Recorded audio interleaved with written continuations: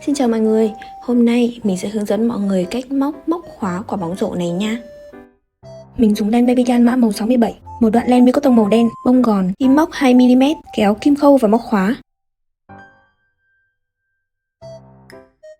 Vòng đầu tiên, các bạn tạo cho mình một vòng tròn ma thuật. Móc lên một mũi bính.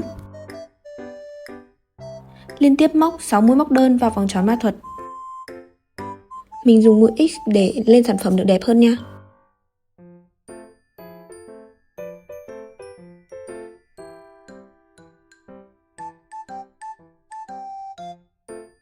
Sau khi đã móc được 6 mũi móc đơn, mình kéo len thật chặt để đóng vòng tròn ma thuật. Để móc quả bóng này thì mình sẽ móc theo cách xoắn ốc và dùng một sợi len khác màu để đánh dấu chân mũi ở đầu hàng. Bắt đầu vòng thứ hai, móc vào chân mũi đầu tiên một mũi móc đơn. Cũng tại chân mũi này mình móc thêm một mũi đơn nữa để tạo một mũi tăng. 5 chân mũi còn lại, mỗi chân mũi các bạn móc một mũi tăng gồm 2 mũi móc đơn chung chân. Mình sẽ gặp lại mọi người sau khi đã móc hết vòng thứ hai này nhé.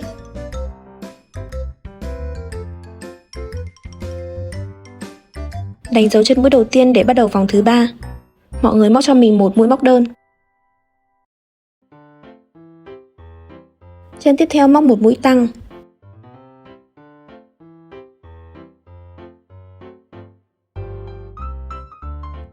Từ đây lặp lại công thức một đơn, một tăng cho đến khi hết vòng thứ ba nhé.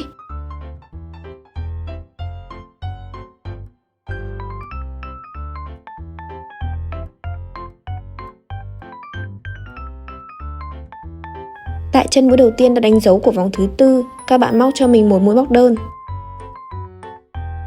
Chân thứ hai móc một mũi tăng.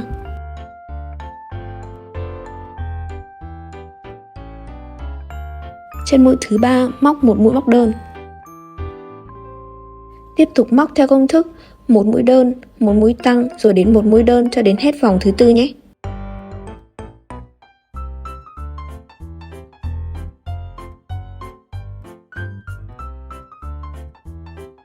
Vòng thứ 5 chúng mình có công thức như sau. 3 chân mũi đầu tiên, mỗi chân mũi móc một mũi đơn.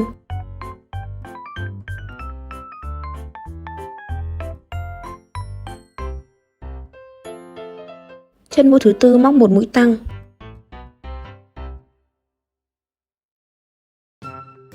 Lặp lại công thức 3 đơn 1 tăng và mình sẽ gặp lại mọi người ở cuối vòng thứ 5 này nhé.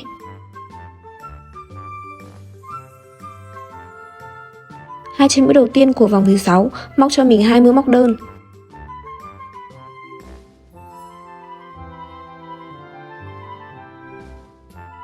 Tiếp theo móc một mũi tăng.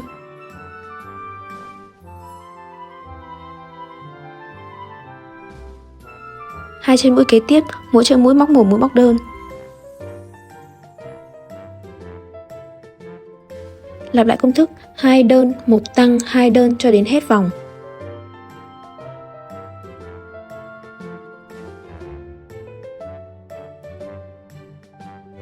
Bắt đầu vòng thứ 7. 5 chân mũi đầu tiên móc cho mình 5 mũi móc đơn. 1 2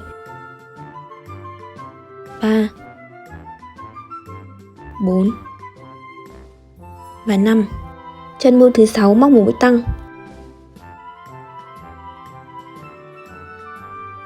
Và lặp lại 5 đơn, 1 tăng cho đến khi hết vòng.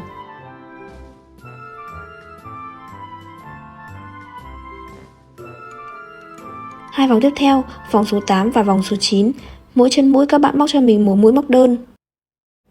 Và mỗi vòng chúng mình sẽ có tổng 42 chân mũi.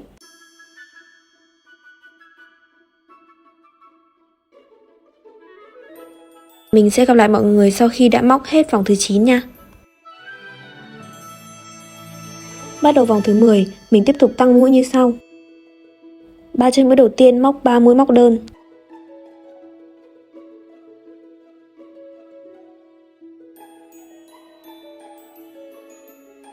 Chân mũi thứ tư móc một mũi tăng.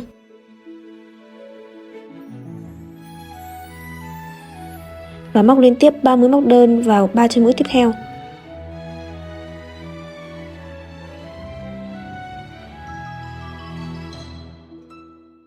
chúng mình sẽ lặp lại công thức 3 đơn, 1 tăng, 3 đơn cho đến khi hết vòng này nhé.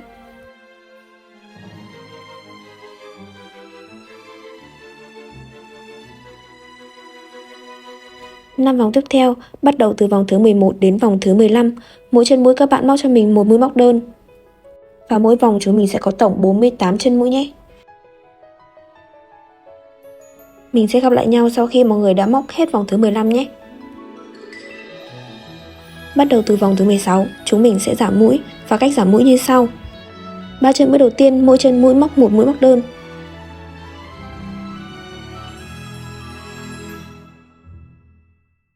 Tiếp theo móc một mũi giảm. Đoạn này mọi người xem thao tác của mình trong video cho dễ nha.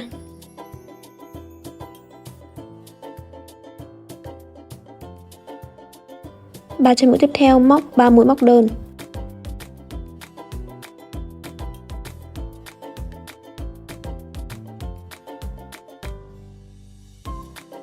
Vòng thứ 16 các bạn lặp lại công thức 3 đơn, 1 giảm, 3 đơn. Và mình sẽ gặp lại mọi người sau khi đã móc đến hết hàng nhé.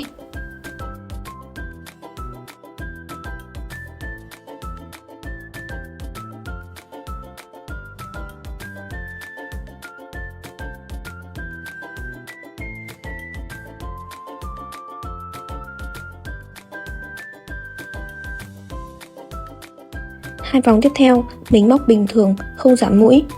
Mỗi chân mũi các bạn móc cho mình một mũi móc đơn. Và mình sẽ gặp lại mọi người sau khi đã móc hết vòng thứ 18 nhé.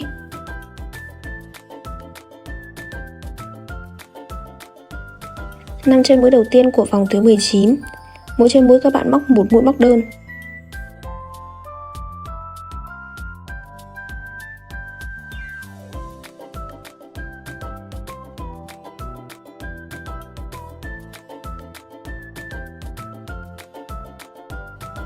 Hai chân mũi tiếp theo móc thành một mũi giảm.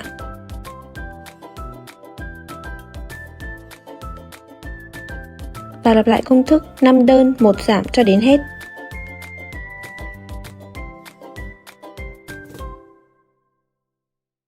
Vòng thứ 20. Hai chân mũi đầu tiên móc 2 mũi móc đơn.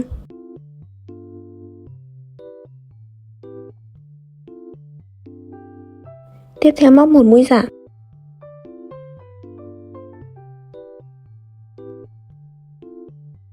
Hai chân mũi kế tiếp, mỗi chân mũi móc một mũi đơn.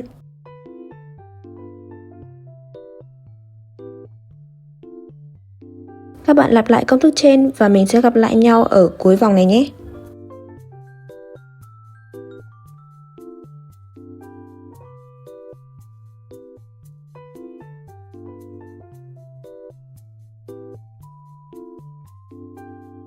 Bắt đầu vòng thứ 21, móc liên tiếp 3 mũi móc đơn.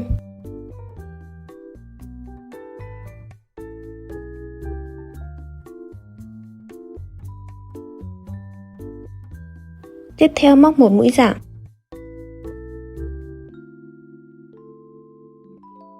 Và lặp lại công thức 3 đơn 1 giảm cho đến khi hết vòng.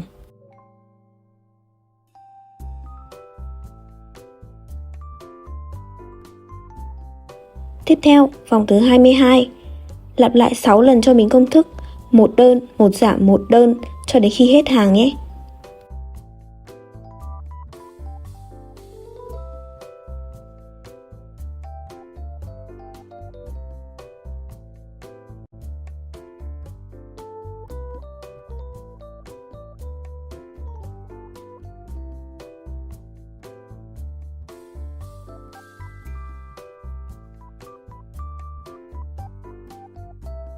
Giờ thì các bạn nhồi bông gòn vào bên trong quả bóng. Vừa nhồi bông, mình vừa cố gắng nắn để cho quả bóng được tròn đều nha.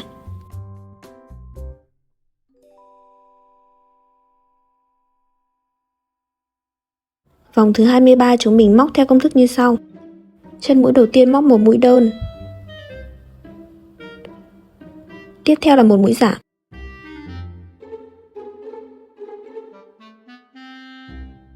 Tiếp tục móc so le 1 đơn 1 giảm cho đến hết vòng.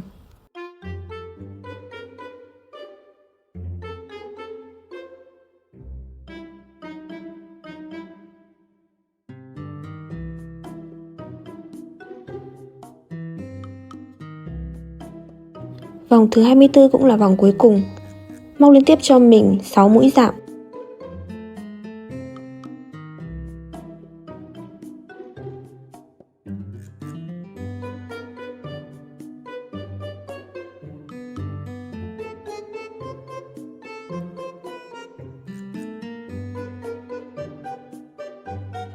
Mình cắt một đoạn len dài khoảng 10 cm.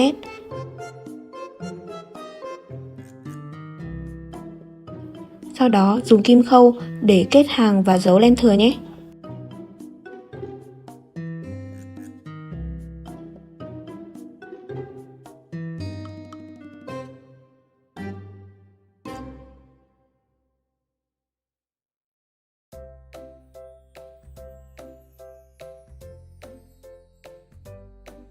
Mình đã móc xong phần quả bóng tròn. Tiếp theo mình sẽ dùng len miêu cúc tông màu đen để khâu họa tiết cho bóng nhé.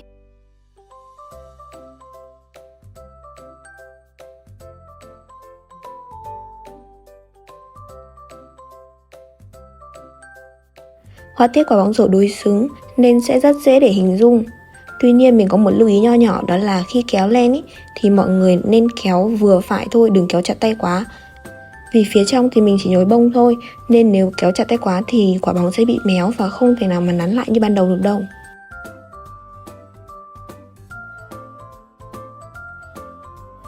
Đầu tiên mình sẽ khâu 4 đường từ hai đỉnh của quả bóng để chia bề mặt quả bóng thành 4 phần bằng nhau.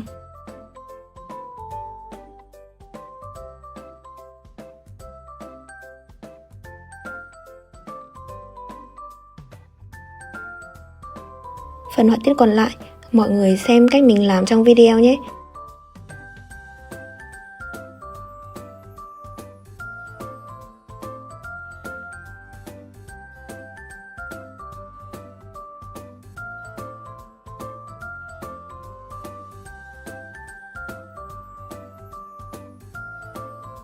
Bởi vì là họa tiết đối xứng nên mọi người chỉ cần khâu sao cho trên, dưới, trái, phải nhìn nó xem nhau là được nha, chứ không cần là phải khâu hoàn toàn giống như cách mình đang làm đâu.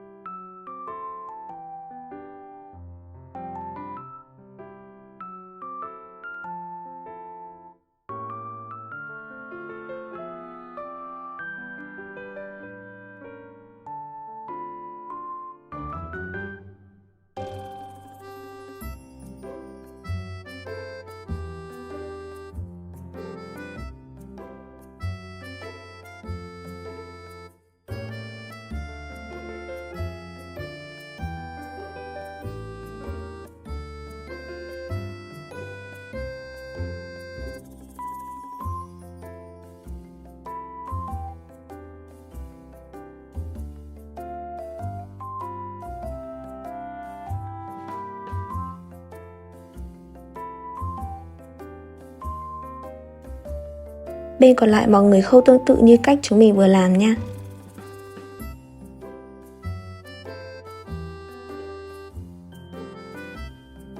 Mình thắt nút và giấu phần len thừa đi nhé.